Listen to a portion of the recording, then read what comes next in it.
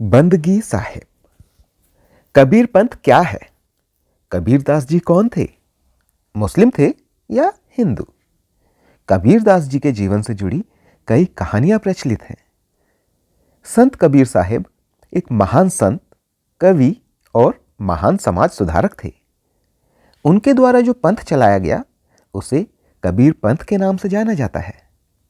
इनके पंथ को हिंदू संप्रदाय के लोग और मुस्लिम संप्रदाय के लोग दोनों ही मानते हैं।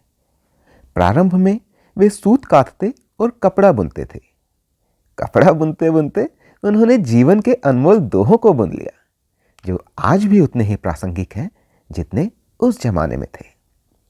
कबीरदास जी निर्गुण, निराकार ब्रह्म संत थे, जो अंधविश्वास और पाखंड, मंदिर और मस्जिद के घोर विरोधी थे। उनका मानना था कि ध्यान लगाने से ही ईश्वर को पाया जा सकता है। कबीरदास जी के जन्म की कहानी अत्यंत रोचक एवं अविश्वसनीय है। कबीरदास जी के जन्म के बारे में कई विद्वानों का अलग अलग मत है।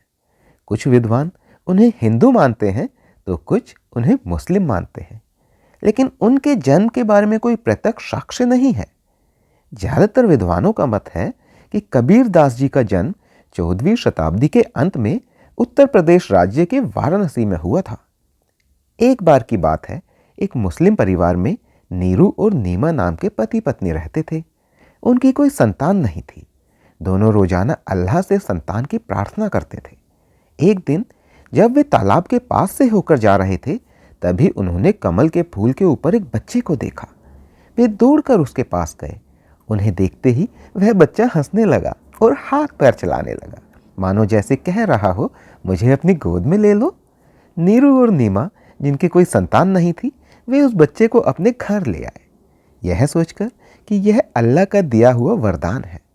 इस प्रकार माना जाता है कि एक मुस्लिम परिवार ने कबीरदास जी का पालन पोषण किया था।